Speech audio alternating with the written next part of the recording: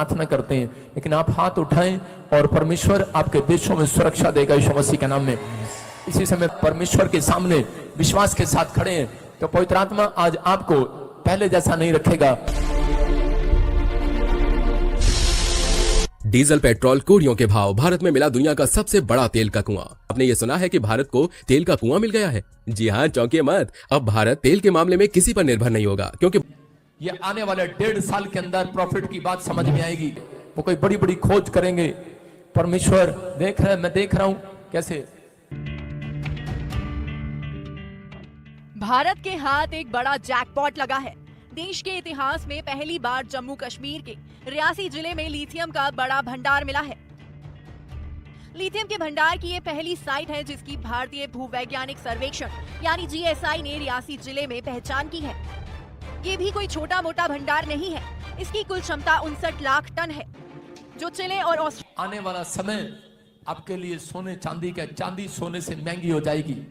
ये आने वाले 1.5 साल के अंदर प्रॉफिट की बात समझ में आएगी। लेकिन बहुत सारे लोग जिनके पास सोना चांदी होगा उसका व्यापार अच्छा होगा, याद रखना। विशेष यह है कि बिहार की किस्मत खुल गई है, क्योंकि बिहार में मिला है देश का सबसे बड़ा खजाना, सोने का भंडार। यानी बिहार अब गरीब राज्य नहीं रहेगा, बल्कि कहलाएगा सोने। और आसपास की छतें उड़ गई, प्रॉब्लम्स आ गए, लेकिन इस बार ऐसा नहीं होगा। रिकॉर्ड तोड़ होगा जो बहुत भयानक होगा। इसलिए आपको यहां पर बुलाया गया 2023 में कि आप लोग प्रार्थना करें। आपके रिश्तेदार, आपके परिवार, आपके जन जो भी यहां पर रहते हैं, जो बाहर रहते हैं, मैं उनके लिए प्रार्थना करता हूं। परमेश्वर उन्हें सुरक्षा दे यीशु मसीह के नाम में। परमेश्वर उनके ऊपर दया करे यीशु मसीह के नाम में।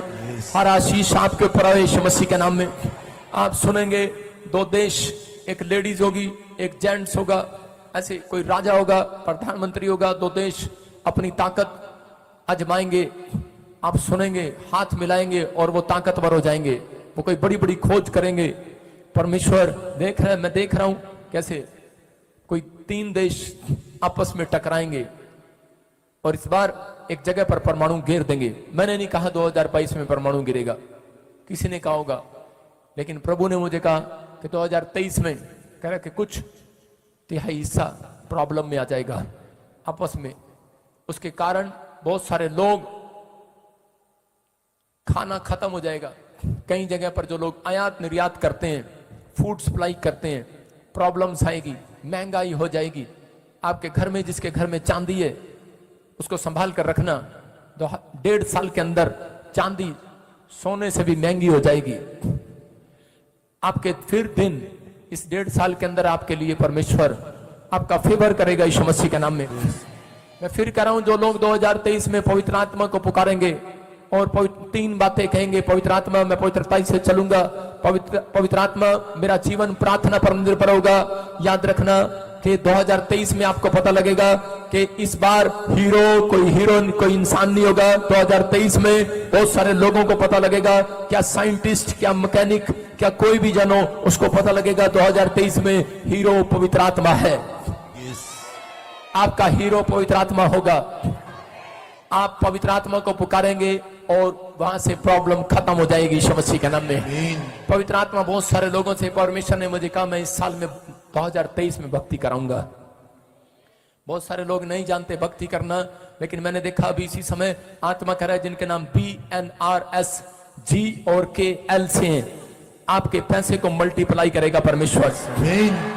जो मुझे ऑनलाइन सुन रहे हैं, इस बात को सुन लेना। अगर आप फूड का काम करते हैं, फूड के काम में आप अपने फूड को बचाना। मसीह की God bless you all of you. मेरे फ्रेंड्स, मेरे भाई, मेरे बुजुर्ग, कैसे हैं आप सब? मैं जानता हूं परमेश्वर आपको देख रहे हैं और आप परमेश्वर की निगरानी में। आज हम एक ऐसे विषय के बारे में बात करना चाहते हैं जो हम सब रोज प्रार्थना करते हैं और रोज उस विषय के लिए चिंता भी करते हैं और मनन भी करते हैं। बाकी वो विषय है हमारे जीवन का आने वाला कल, जिसके बारे में हम ये सोचते रहते हैं कि कल हम क्या करेंगे और कल हमारा क्या होगा, कल हमारे बच्चे स्कूल जाएंगे कि नहीं जाएंगे, कल हमारे ज़िंदगी में कुछ खुशियाँ आएगी कि नहीं आएगी, कल हमारे जीवन में जो हम चाहते हैं वो पूरा होगा कि नहीं होगा, हमारी सेहत कल कैसी रहेगी और हमारा परिवार सुरक्षित रहेगा कि नहीं रहेगा। ये कल आपको रोज कहीं ना कहीं एक क्वेश्चन मार्क जरूर देता है। मैं जानता हूँ कि जो परमेश्वर को जानते हैं वो ऐसी बात कभी नहीं करते और ना ही ऐसा सोचते हैं, पर शैतान हमारे चारों ओर है। और ये विषय उन लोगों के लिए जो लोग परमेश्वर को अभी जानने लगे हैं और परमेश्वर के प्यार में खो गए हैं, परंतु उन्हें न्याय और उन्हें नियम को जानना बहुत जरूरी है, क्योंकि कल परमेश्वर ने हमारे लिए क्या रखा है, अगर हम इसको जान गए तो शायद हम कल की चिंता करना बंद कर देंगे। जिस तरह परमेश्वर का वचन कहता है कि कल की चिंता ना कर, कल की चिंता आप खुद के लिए कर लेगा, आज के लिए आज का दुख बहुत काफी है। यही वचन परमेश्वर ने हमें इसलिए दिया है क्योंकि जो लोग भविष्य की चिंता करते हैं, जो अपनी खुद की सेल्फ चिंता करते हैं, जो अपने परिवार की चिंता करते हैं और कल के विषय में मनन लगा के अपनी पूरी जीविका खराब कर लेते हैं और ये नहीं सोच पाते कि हमें कल क्या करना है, उसी विषय में परमेश्वर हमें कहता है कि तू कल की चिंता मत कर, कल की चिंता आप खुद कर लेगा, आज के लिए आज का दुख ही काफी है। मेरे प्यारे मित्रों और प्यारे भाइयों, मैं आपको ये बताना चाहता हूँ कि परमेश्वर ने हमें ऐसा क्यों बोला है, क्योंकि परमेश्वर ये जानते हैं कि हमारे बच्चे उसके ऊपर विश्वास करेंगे, क्योंकि जो अनंत जीवन का स्वामी है, जो राजा होगा राजा है, वो हमारे कल की नहीं, वो हमारे जीवन की रक्षा करता है। हमारे पूर्वजों से उसने हमें गोद ले लिया है, उसने हमें मोल देकर चुकाया है और हमें स्वीकार करा है जिस भी हालत में थे हम। जब हम पहले ऐसे थे, जब हमारे भविष्य के बारे में हमें नहीं पता था, जब हम अपने बारे में सोच सोच कर गलत गलत कदम उठा लिया करते थे और पाप में पड़ जाते थे और उस पाप का परिणाम भी बहुत बड़ा बड़ा भोगते थे, पर हम क्यों नहीं जानते कि आज हम वही गलतियां, वही व्यवहार वापस करेंगे तो हम किस तरह से प्रभु के कहलाएंगे। जिस तरह से परमेश्वर ने हम पर दया रखी, अगर हम उस दया को जानना चाहें तो हम कैसे अपने आप को जान सकते हैं, कैसे जान सकते हैं और कैसे जान सकते हैं। ये वही वचन है जो परमेश्वर का हमें सिखा रहा है कि तुम कल की चिंता मत करो। मैं जानता हूँ आज मेरा भाई कैंसर में है, मैं जानता हूँ कि आज मेरी बहन परेशान है, कर्जे में है, मैं जानता हूँ मेरे भाई उन अपने भाइयों से लड़ रहे हैं, अपनी चीज़ों के लिए, हक के लिए दौड़ रहे हैं, अपने काम काज की चिंताओं में, ऑफिस के टेंशनों में, अपने वर्क की टेंशन में बहुत कुछ अपना खो रहे हैं, अपना आनंद खो रहे हैं।